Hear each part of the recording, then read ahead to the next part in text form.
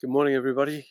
Out on a dirt road, beside a dirt road today.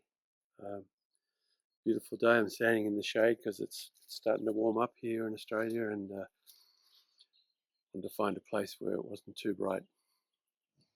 So, welcome.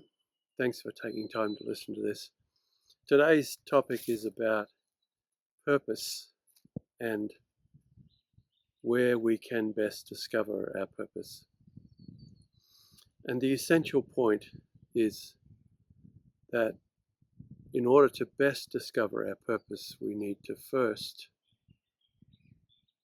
delve into what is fundamentally underneath and therefore the place from which purpose arises, that is, our essential nature. And you can understand the logic, right? Is that if we misunderstand who we really are as human beings, then the construction of the purpose that we have will be based on a misunderstanding. And that's not to say that therefore every purpose people come up with in their lives is not valuable or important.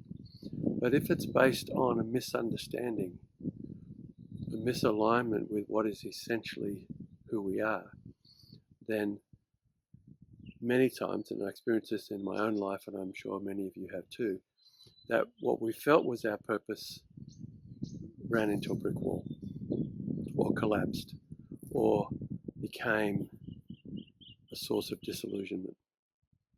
So I just wanted really to make the simple fundamental point that our first discovery, our first process is to experience who we really are. What is the nature of being human?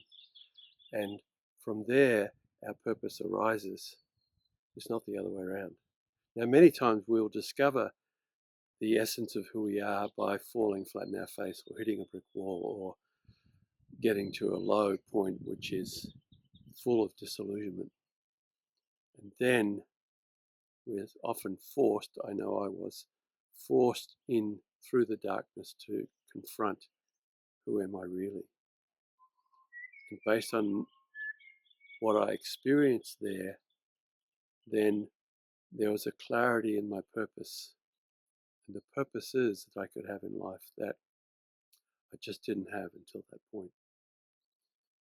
So, and I wanted to use just an analogy to help illustrate this. You know, one of my sons is a classical musician.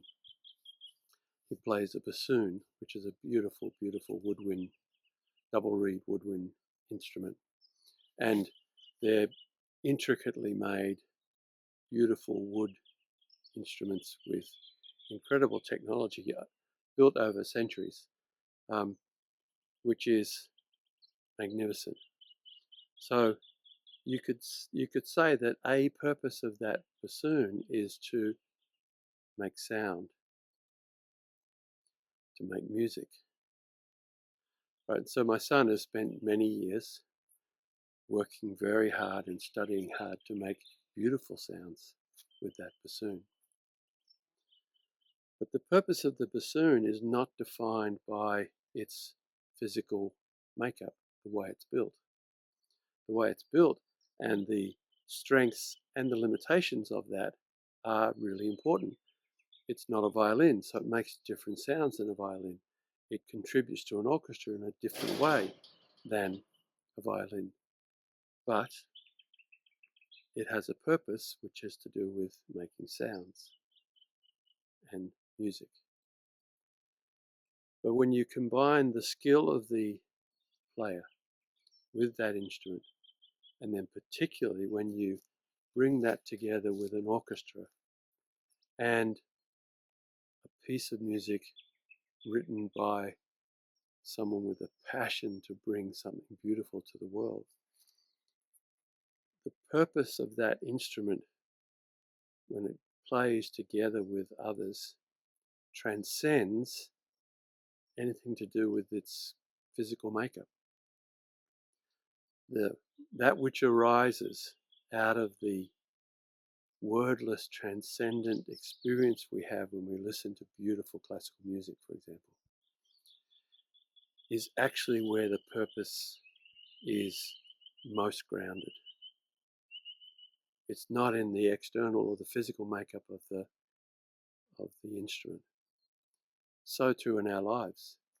We're born uniquely with certain strengths and weaknesses, certain characteristics.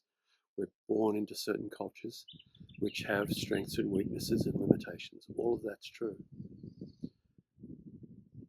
So the way that we can act in that world is obviously influenced by the circumstances. But the way that we can operate in that world is not confined to, and the purpose that we can create for our lives is not described by or confined to our physical attributes or even our mental attributes or our emotional attributes. They're all very important, but that from which these attributes arise, our essential nature, transcends, and therefore the purposes that we come to create in our lives transcend what we think they are. Thinking is not the place to discover our purpose. Of course, thinking's involved, but the transcendent, the most critical element of our purpose is sown in the soil of our essential nature. Now, my experience is that our essential nature is that we are divine. Each and every one of us is inseparable from each other, and the consciousness from which all that is has been created. We're not separate. Therefore, our purpose cannot be separate from that.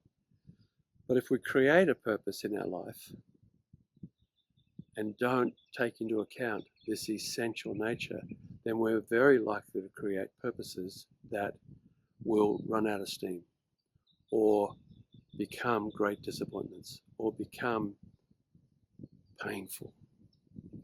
Our world is full of it. So my simple, but I hope important message is, when you're trying to understand your purpose, don't stop at the mind. Allow yourself to discover underneath the mind the essential nature of who we are, because from there arises our fundamental purpose. When I want to work with people, if we use the orchestra again, I want to play with people who want to create something beautiful in the world. And it's not confined by the single instrument, but by the combination of essential nature expressed through that instrument. We are the instruments. Each other, together, we can transcend what we think is our small purpose. The best and most important purpose of our existence is transcendent. Thanks for listening. I hope that gives you something to ponder. I actually write about this in the Sunday Contemplation this week as well, because it hit me very hard this week that we so often look in the wrong places for our fundamental purpose. So I wish you luck. I wish you peace. Thanks very much. Take care. Bye-bye.